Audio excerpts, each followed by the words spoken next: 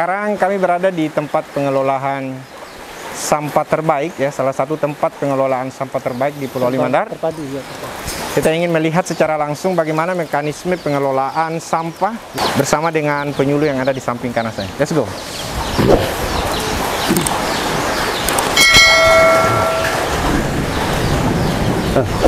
Selamat datang, Pak. Selamat datang. Oke, siap. Maaf mengambil waktunya sebentar ini Pak De. Siap. Bersama dengan teman-teman dari Media Center bersama dengan penyuluh Binuang ini. Yes. Yang bertugas di Mami ya. Di Mami ya. Mas. Kita ingin melihat langsung pengelolaan sampah yang katanya pada tahun 2021 yang lalu yang mendapatkan penghargaan dari Dinas Lingkungan Hidup Kabupaten Pulau Limandar sebagai tempat pengelolaan sampah terbaik di Pulau Limandar. Ya, alhamdulillah. Pak D juga ini, kalau tidak salah barusan terpilih beliau. Ya, baru 1 bulan melaksanakan tugas ini. Oke, alhamdulillah. Selamat bertugas Pak D, mengembang amanah dari rakyat. Mudah-mudahan bisa survive di masa yang akan datang. Amin. Saya ingin tahu ini Pak D, lebih jauh. Ini kan banyak ini, ada alat-alat. Bisa dijelaskan tidak lebih awal bagaimana mekanisme ya perjalanan sampah-sampah dari masyarakat? Ya. Tadi kan ini sempat juga sebelum masuk ke sini, saya sempat jalan-jalan dan survei lapangan. Ternyata memang lingkungan ini luar biasa bersihnya di sepanjang trotoar jalan. Saya lihat. Ini yang pertama ini saya lihat. Ini hampir saya lihat tadi ini hampir semua ada di depan warga. Ya.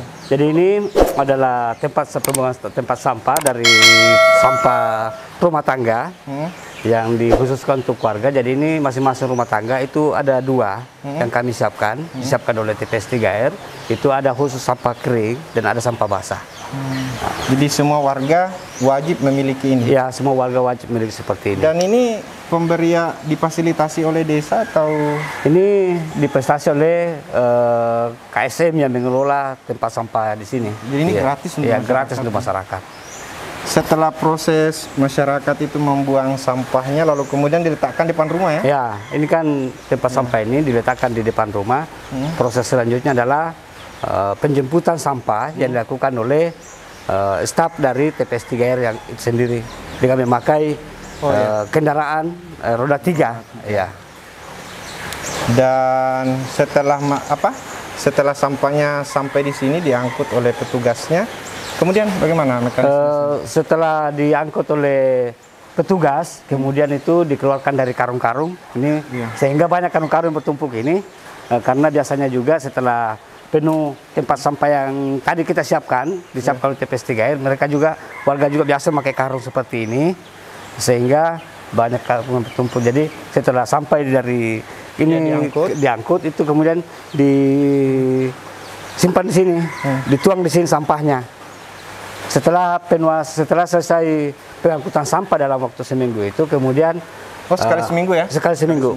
Sekali seminggu, kemudian dilakukanlah pemilahan. Pemilahan itu memisahkan sampah organik, sampah non organik, yang kemudian ada juga sampah residunya. Nah, sampah organik itulah yang kemudian diproses di bak ini. Kita lihat ini, Pak. Jadi setelah dicaca di sini, saya caca sini, kemudian diarahkan ke pencacahan. Oke, kita bisa ke sana Pak, supaya lebih jelas ya. Maaf ini Pak De sudah mengambil waktunya. Ini para berterima kasih, ini sudah sampai di sini Pak, apalagi waktu hujan-hujan ini. Ini mesin pencacahnya. Jadi setelah dipilah di tempat awal tadi, itu kemudian sampahnya diangkut ke sini untuk kemudian dicaca di sini, mesin ini pemotongan. Jadi di sini ada karung-karung yang dihamparkan. Kemudian setelah keluar dari dalam sini, itu kemudian diangkat ke dalam transit di tempat ini ya. Tempat ini. Setelah itu? Setelah ditransit ke sini, itu sudah disiapkan alat, kan di sini alat fermentasi. Alat fermentasinya untuk jadi pupuk kompos. Jadi ini ada cairannya khusus untuk memfermentasi sampah tadi yang setelah dicaca dan pindah ke sini. Jadi sekitar 1 minggu di sini, itu kemudian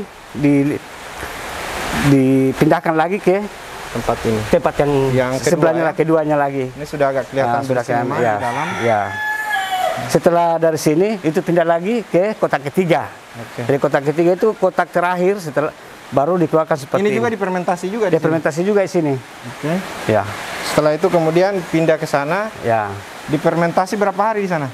1 minggu. 1 minggu. Ya. Di sini 1 minggu. 1 minggu. Jadi 1 minggu, 1 minggu, 1 minggu. Jadi setelah mereka ini bisa pindah keluar dari sana, kemudian dipindahkan lagi ke sebelah. Inilah hasilnya. Inilah hasilnya. Ini kan dalam proses pengeringan ini. Oke. Jadi dari proses ini sudah menjadi pupuk kompos. Ini sudah menjadi pupuk kompos ini. Ini siap dijual ya? Ini sebelum dimakas masuk dalam karung ini disaring dulu. Sampah-sampah besarnya itu. Ya termasuk ya, itu masih disaring, kemudian hasil saringan itulah yang kemudian dimasukkan ke dalam karung. Itulah yang dijual ya? Ya, ini. Kita bisa lihat hasilnya dalam ini.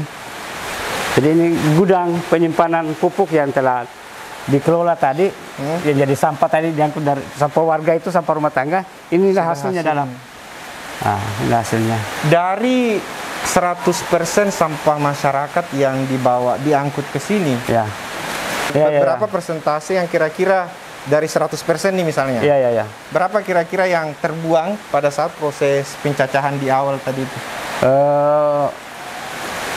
Tadi kan diproses dari awal itu ada residu yang terbuang situ. Oke ya. Nah, itu 5%.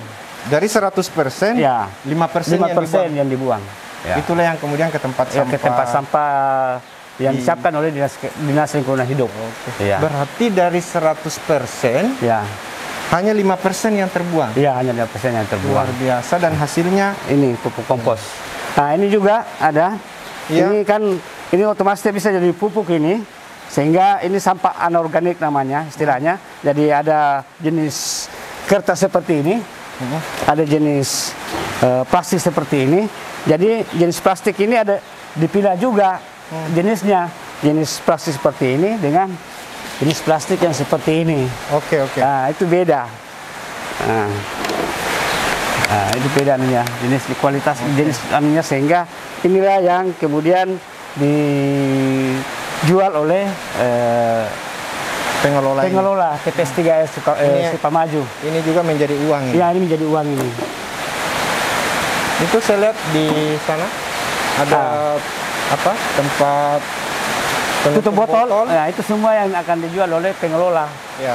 Nah, ini juga sampah-sampah minuman seperti ini. Itu benar. Nah, sampah-sampah seperti inilah yang biasa juga ketika waktu Maulid.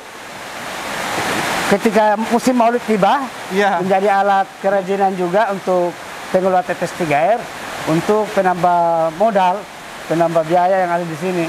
Jadi mereka buat itu tempat telur itu, hiasan telur itu yang ada di ember itu. Apalagi namanya kawin ya? Apakah? Ya. Itu balaju ya? Apakah namanya ya tempat telur itu? Tempat telur di ember itu. Ya. Biasa. Dari sini? Ya, tiri. Dibuat sebagai tiri. Ya, itu dari sini. Dari sini. Ya, dari sini. Jadi warga yang kalau kita ada Maulid terus di Mamni, mereka itu lebih banyak membelinya di sini. Luar biasa. Kemudian selain di Mamni dijual, itu juga dibawa ke pasar. Baik di pasar Polwali maupun di pasar sentral. Masyarakat setempat ini yang kelola? Iya, masyarakat setempat yang kelola.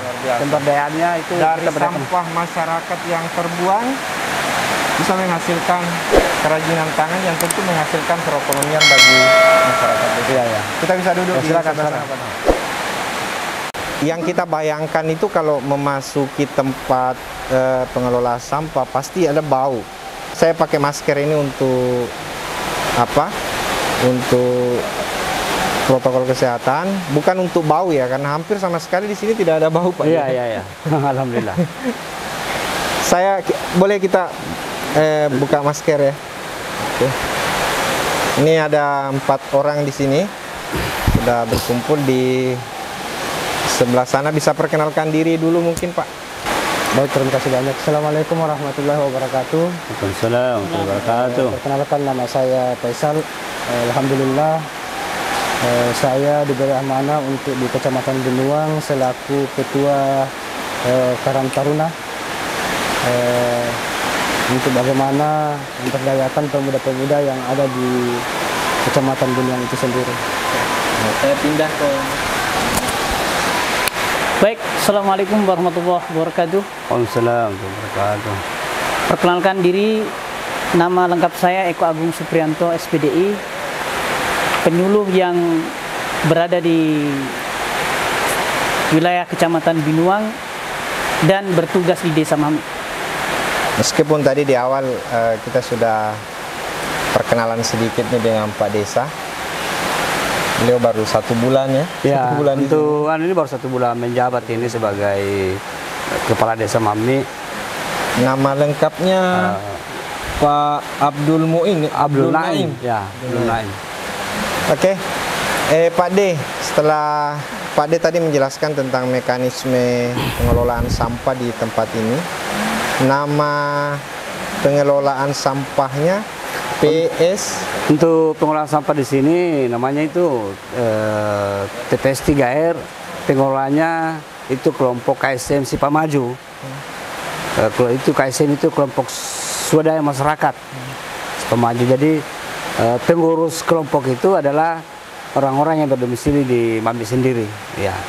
Ini sudah berapa tahun ini Pak D? Ini sudah berdiri 2015. 2015. Jadi sudah 7 tahun proses pelaksanaan kegiatan yang dilakukan oleh KSN Sipamaju dalam mengelola TPS 3 hari ini. Berarti dibangun oleh Pak mantan Kepala Desa Pak Sulaiman. Pak Sulaiman, ya. Sulaiman. Dibangun oleh Pak Sulaiman. Dari 2015 ke 2022 itu berarti sudah berlangsung 7 tahun. 7 tahun. Iya, 7 tahun. Tapi penghargaan itu didapatkan ketika memasuki tahun 21. Tahun ke-6. Karena ternyata bukan hanya di Mami ya, Iya, tapi iya. di beberapa titik di Kabupaten Pulau Mandar ini ada desa yang juga punya terobosan inovasi dalam pengelolaan sampah seperti ini. Iya. Saya ingin mengulik dulu ke Pak Faisal ini, kita ingin tahu ini dari sisi pergerakan anak mudanya. Seperti apa ini dukungan terhadap pengelolaan sampah di Mami? Silakan Pak. Alhamdulillah, baru-baru kemarin kami dari Karang Taruna Kabupaten, maksudnya Kecamatan, kerjasama dengan teman-teman Kabupaten mengadakan sosialisasi publik tentang bagaimana pengelolaan sampah. Yang kemarin itu kami datangkan salah satu teman-teman yang memang khusus menangani sampah dari Jogja. Bagaimana cara pengelolaan sampah yang benar, bagaimana cara pengelolaan sampah itu sendiri, bagaimana bisa bermanfaat kepada setiap masyarakat. Studi banding ya? Iya, seperti itu. Namun kami datangkan ke materinya langsung di kemarin di desa PKK. Oh iya iya.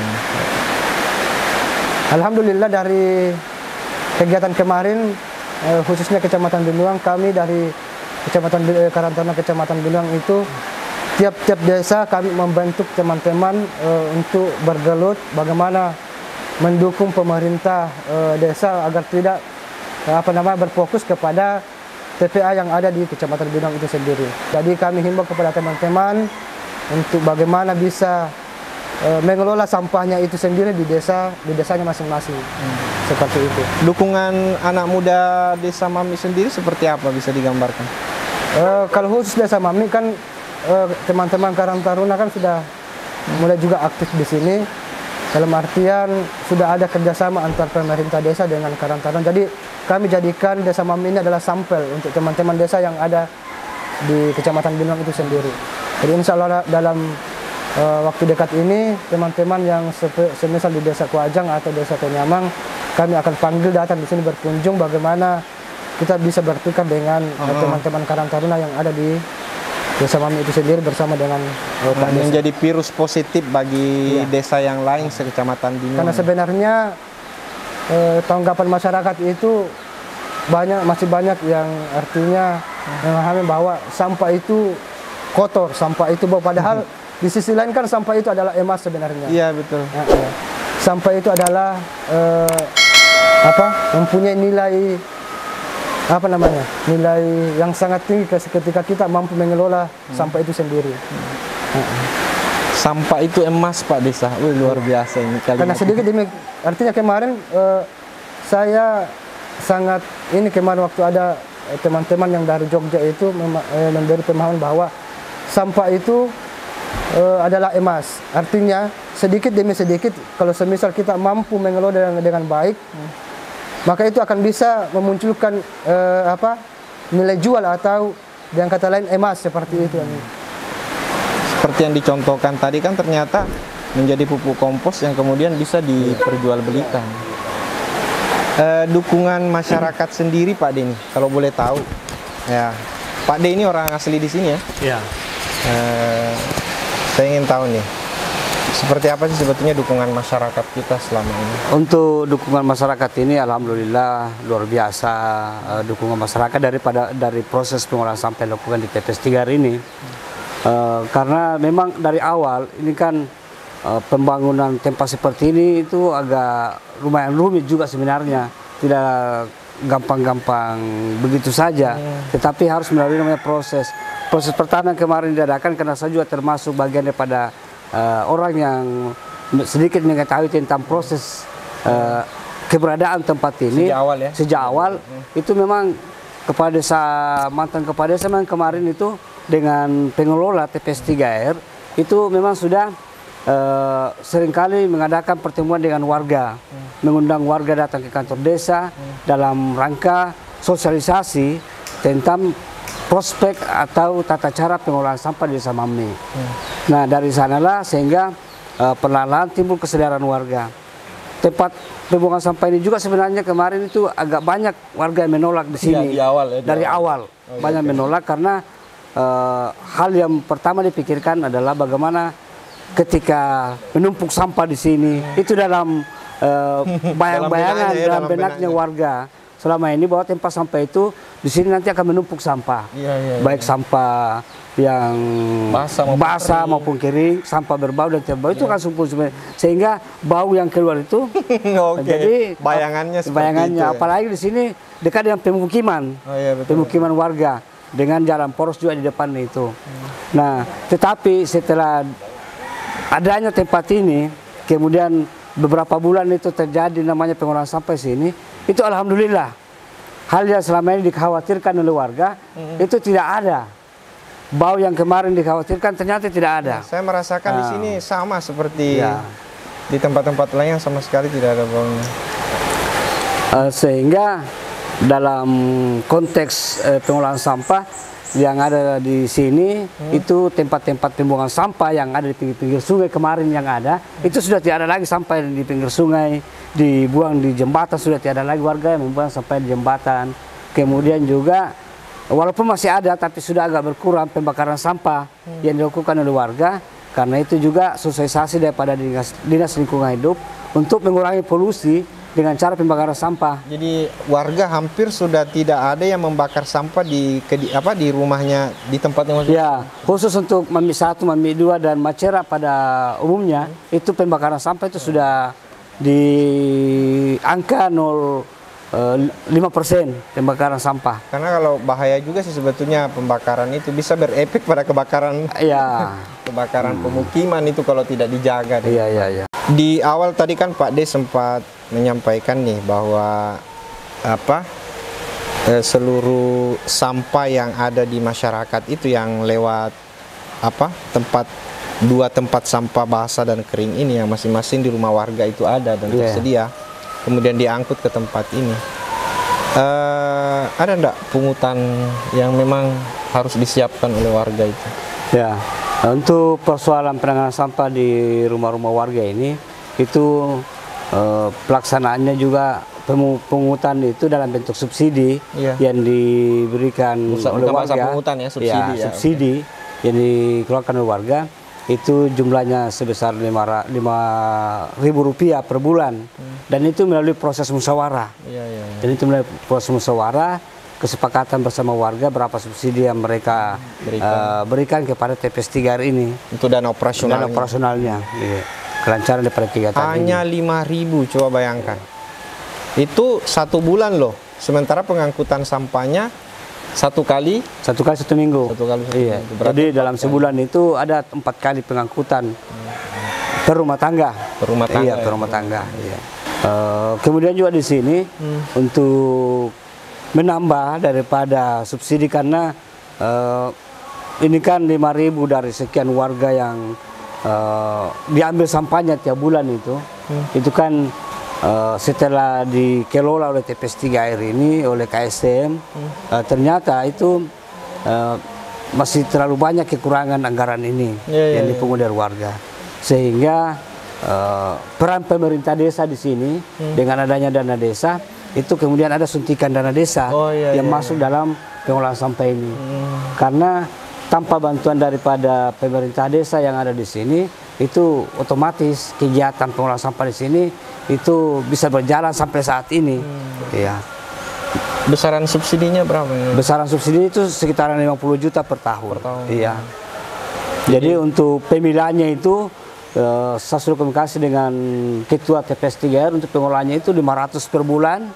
Untuk pengangkut sampah yang turun ke rumah-rumah warga itu 600 per bulan.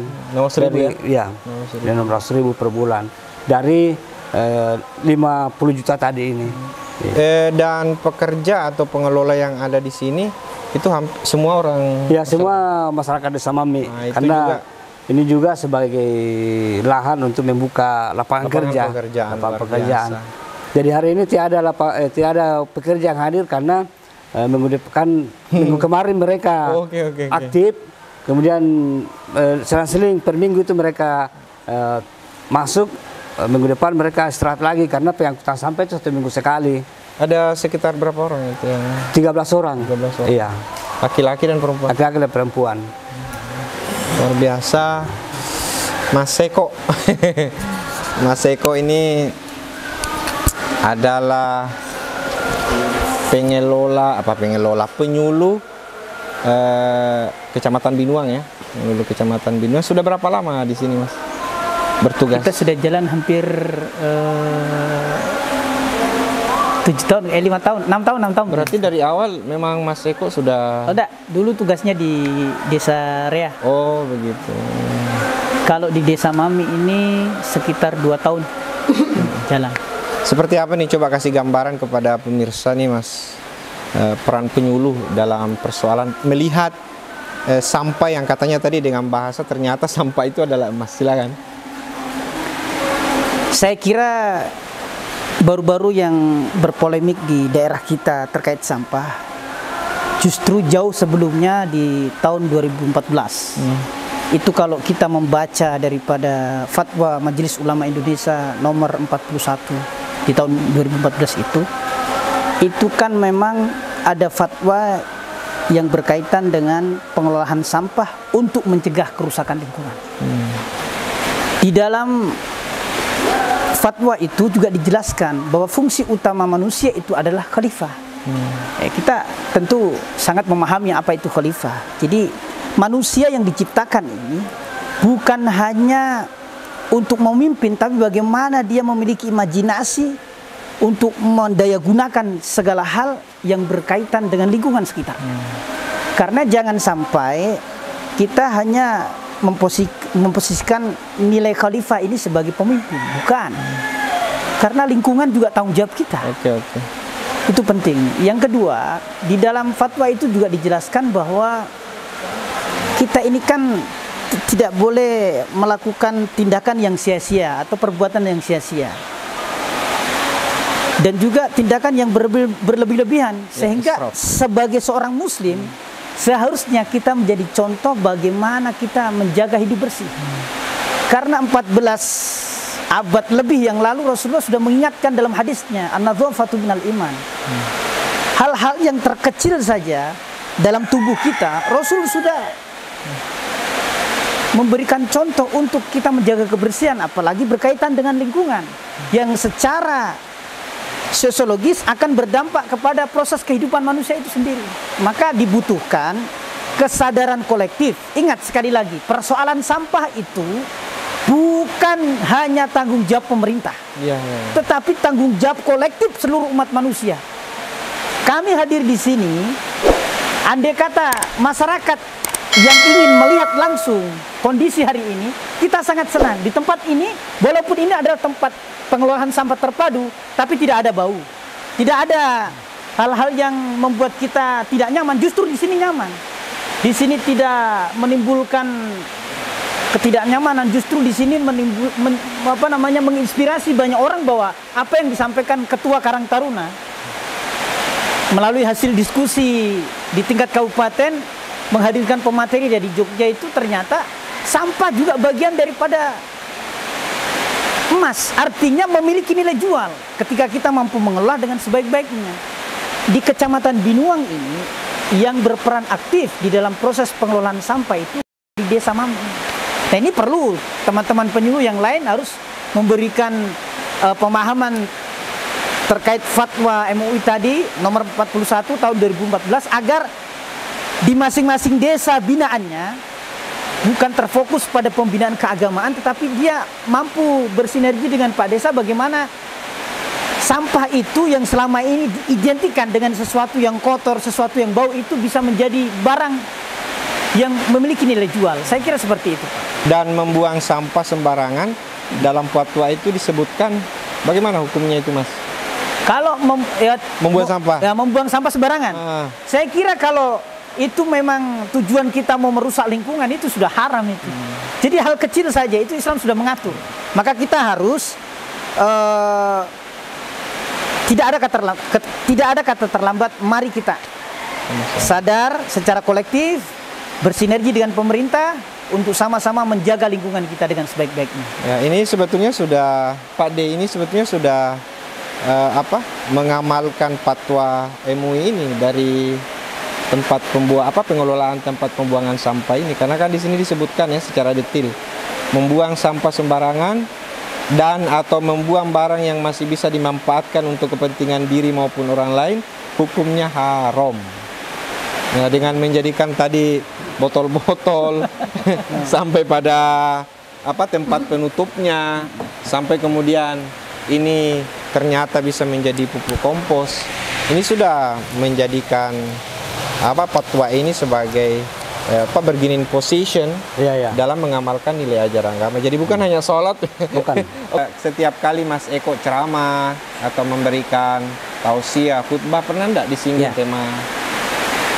Beberapa Jumat yang lalu ketika kami punya jadwal baca khutbah di Macera, kami sempat singgung pentingnya kebersihan itu, dan salah satu upaya kami adalah 1 bulan 1 kali atau 2 bulan 1 kali itu saya mengajak adik-adik remaja untuk peduli terhadap kebersihan masjid, terutama di luar.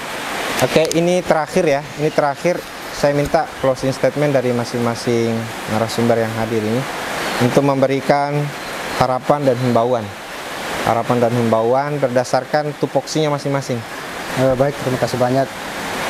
Harapan kami dari pemuda Kecamatan Binuang terus untuk teman-teman Karang Taruna, bagaimana bisa membantu pemerintah. Bisa lihat kamera ya?